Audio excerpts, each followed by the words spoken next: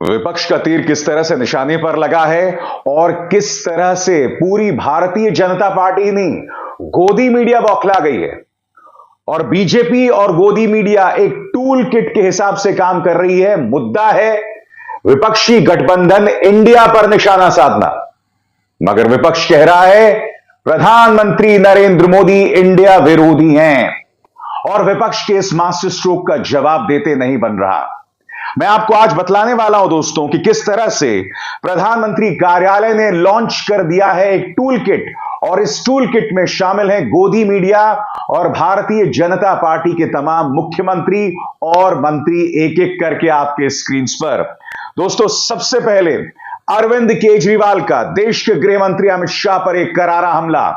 अरविंद केजरीवाल कह रहे हैं लगता है तीर सही निशाने पर लगा है और मैं आपको बतलाता हूं कि आखिर अमित शाह के बारे में अरविंद केजरीवाल ऐसा क्यों कह रहे हैं, क्योंकि एक अरसे बाद अरविंद केजरीवाल के उग्र तेवर दिखाई दे रहे हैं। क्योंकि देश के गृह मंत्री अमित शाह ने यह ट्वीट किया था जो आपके स्क्रीन पर है।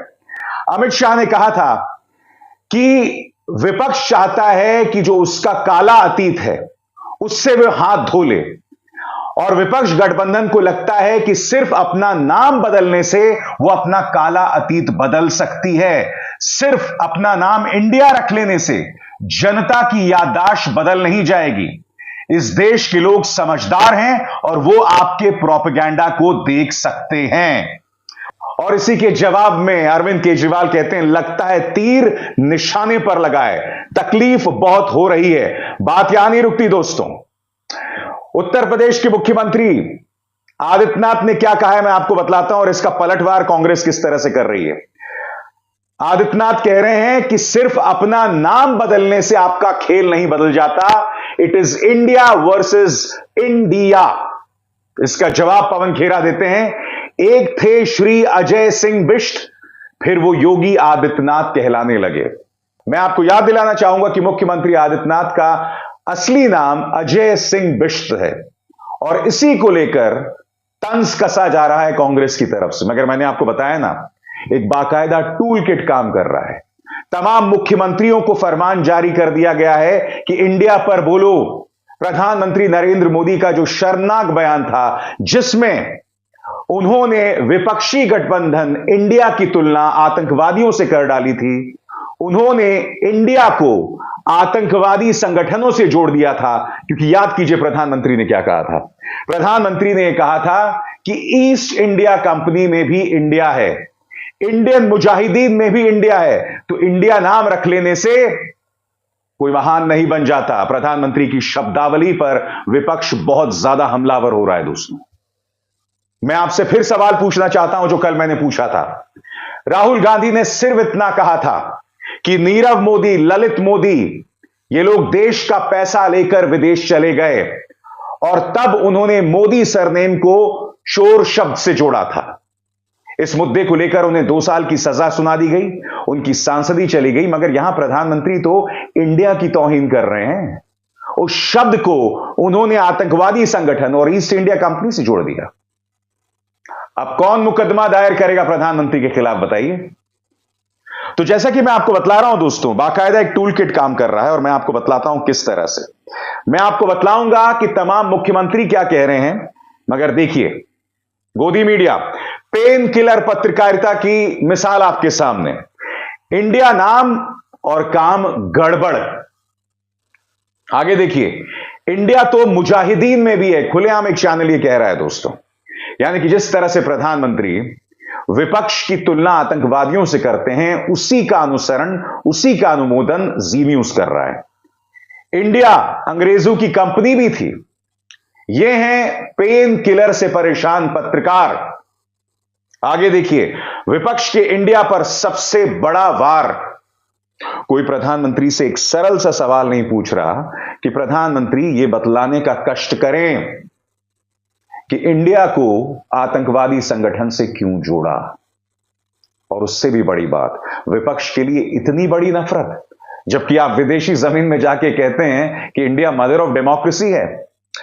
मीडिया की सुपारी दोस्तों आगे आपके सामने। इंडिया वर्सेस इंडियन मुजाहिदीन कौन सही।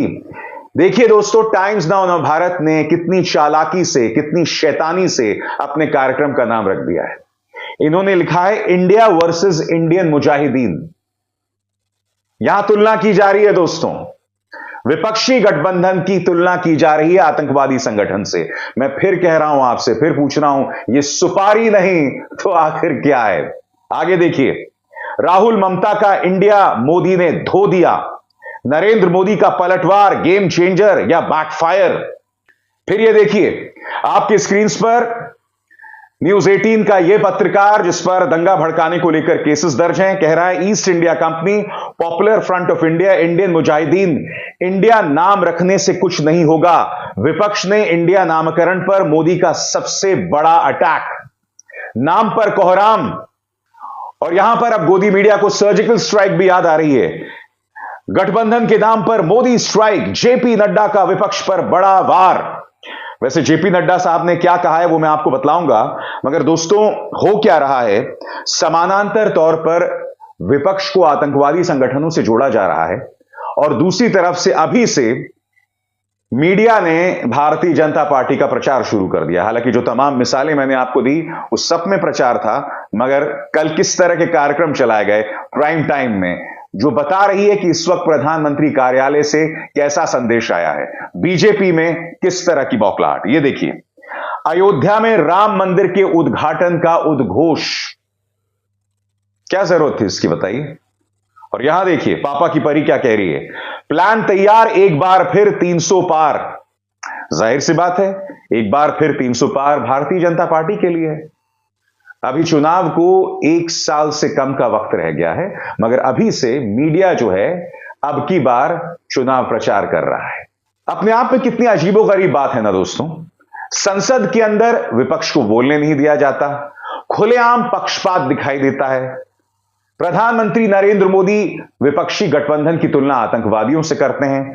फिर एक टूल किट काम करता है जिसमें करोड़ों घरों तक पहुंचने वाला मीडिया इस तरह से विपक्ष को बदनाम करता है। मैं इसलिए बार बार कहता हूं, चुनावी मुकाबला बराबरी का नहीं है, क्योंकि जब मीडिया 99% मीडिया इस तरह से भारतीय जनता पार्टी के पक्ष में प्रचार करेगा तो विपक्ष को अपनी बात रखने का मौका कहां से मिलेगा। मैं दोस्तों आपको एक वीडियो क्लिप दिखाना चाहता हूं राज्यसभा से। यह मैं अपने दर्शकों पर छोड़ रहा हूं, क्या इसमें आपको पक्षपात दिखाई देता है या नहीं दिखाई देता है। यहां पर आम आदमी पार्टी के सांसद राघव चड्ढा खड़े होते हैं और वो अपनी बात कहने की कोशिश करते हैं। राज्यसभा के सभापति और उपराष्ट्रपति जगदीप धनखड़ उनसे बार बार कहते हैं पॉइंट ऑफ ऑर्डर पर आइए, पॉइंट ऑफ ऑर्डर पर आइए। राघव चड्ढा अपनी बात कह रहे हैं और फिर उसके बाद जगदीप धनखड़ तंज कसते हैं कि तुम अभी छोटे हो, बड़े लोगों से सीख लो। वहां पर राघव चड्ढा कहते हैं कि मैं चाहता हूं कि जिस तरह से संजय सिंह को निलंबित किया गया है उस पर वोट डिवीजन हो, यानी कि पूरे जो राज्यसभा है उसकी राय मांगी जाए और उस पर वोटिंग हो, जो उनका संवैधानिक अधिकार है और जो गलत भी नहीं है। इस मांग को सिरे से खारिज कर देते हैं जगदीप धनखड़। मैं चाहूंगा आप उस वीडियो को देखें। उस वीडियो में देखेंगे कि जगदीप धनखड़ किस तरह से एक युवा सांसद पर ताना कसते हैं और उसके बाद उनकी मांग को अनसुना कर देते हैं। सुनिए। आम आदमी पार्टी के एक साथी संजय सिंह को सस्पेंड करने का जब मोशन मूव किया गया और आपने उस मोशन को वोटिंग के लिए कहा, तो मैं आपके समक्ष खड़ा था और मैंने डिवीजन मांगी। सत्ता पक्ष के पास आंकड़े नहीं थे, विपक्ष के पास आंकड़े थे। मैंने कहा डिवीजन, मैंने मांगी कि आप डिवीजन दीजिए, मतदान हो और मतदान के अनुसार तय हो कि सदस्य को सस्पेंड करना चाहिए कि नहीं करना चाहिए। Point number 1। Point number 2 sir, इस सदन के भीतर ऑब्स्ट्रक्शन, सुन लीजिए sir. One second, take your seat. You will have to. Sir मेरे को खत्म करने दीजिए। One second. You will have to understand what is meant by a point of order. Raise your point of order. That has to be contemporaneous to the situation in the House. Sir, that is the prevailing situation. No. This is the prevailing situation. You see, you are a young member. You Sir- will have to find guidance from seniors. Sir, You are this reflect. book. One second. Sir, You now are- I seek division right No, now no. on the suspension No, of no. Sanjay Singh. You- Sir, you I are- seek division right now Decline. on the suspension of Sanjay Singh.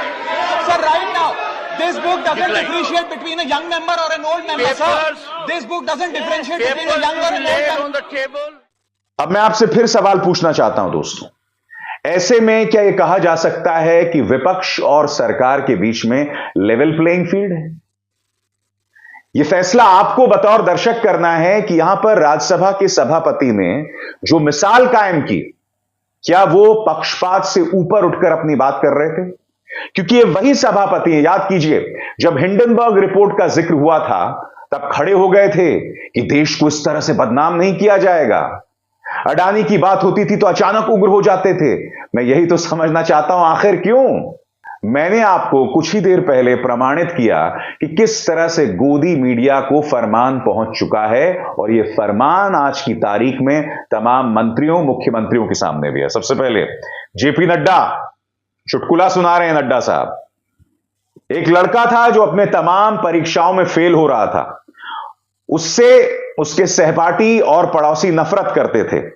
तब उनके मां बाप को लगा कि लोगों के नजरिए को बदलने के लिए उनका नाम बदल दिया जाए। क्या यह विपक्षी गठबंधन इंडिया जैसा नहीं सुनाई पड़ता? यह कह रहे हैं नड्डा साहब। इसीलिए तो अरविंद केजरीवाल ने कहा कि तीर निशाने पर लगा है। आपके स्क्रीन पर किरण रिजिजू कहते हैं कि राहुल गांधी देश के हितों के खिलाफ काम कर रहे हैं और इंडिया शब्द का इस्तेमाल करके लोगों को मूर्ख बना रहे हैं, बिल्कुल उसी तरह से जिस तरह से east India company, Indian Mujahideen और पॉपुलर फ्रंट ऑफ इंडिया ने देश के हितों के खिलाफ काम किया था। मैं फिर आपसे पूछ रहा हूं दोस्तों, इस ट्वीट में भारत का अपमान नहीं तो क्या है? यह बौखलाहट क्यों कि अब आप इंडिया शब्द का अपमान करने लगे हैं? मुख्यमंत्री आदित्यनाथ, कौवा अपना नाम हंस रख ले तो भी मोती नहीं चुगेगा। अमावस्या की काली रात को पूर्णिमा का नाम देने से वो शीतल और प्रकाशवान नहीं हो जाएगी। नाम बदलने से इनका मूल स्वभाव नहीं बदल जाएगा। ऐसे ही इंडिया का नाम लगा लेने से आत्मा और संस्कार में रची बसी विभाजनकारी सोच और भारत विरोधी दृष्टि समाप्त नहीं हो जाएगी। याद कीजिएगा, पवन खेरा ने कुछ देर पहले क्या कहा कि अजय सिंह बिष्ट को योगी आदित्यनाथ बदलने से तस्वीर नहीं बदल जाती। मामा जी, मध्य प्रदेश के मुख्यमंत्री शिवराज सिंह चौहान क्या कह रहे हैं आपकी स्क्रीन पर? बबूल ने अपना नाम गुलाब रखा है। इंडिया वाले बाबा से पूछना था कि क्या अब गुलाब से खुशबू आएगी? पलटवार कर रही हैं प्रियंका चतुर्वेदी। बौखलाहट, तिलमिलाहट जो छिपाए ना छिपे। प्रधानमंत्री जी, विपक्ष को जितना कोसना है कोसो, पर इंडिया का नाम और तुलना आतंक से न करो। जाकी रही भावना जैसी, प्रभु मूरत देखी तिन जैसी। एक जमाना होता था दोस्तों जब विपक्ष और सत्ता पक्ष में सिर्फ मतभेद हुआ करता था। पिछले 9 सालों में जिस तरह की राजनीति भारतीय जनता पार्टी ने किया है, वो मतभेद मनभेद में बदल गया है। अब एक तरफ तो विदेशी जमीन पर जाकर बड़ी बड़ी बातें करना, डींगे हाँकना देश के लोकतंत्र के बारे में, और दूसरी तरफ स्वदेश में आप विपक्ष का अपमान करते हैं, उसकी तुलना आतंकवाद से करते हैं। तो मित्रों, हिपोक्रेसी की भी कोई सीमा होती है। याद है प्रधानमंत्री जी ने क्या कहा था? हिपोक्रेसी की भी सीमा होती है। हिपोक्रेसी की भी कोई सीमा होती है। अभिसार शर्मा को दीजिए इजाजत। नमस्कार।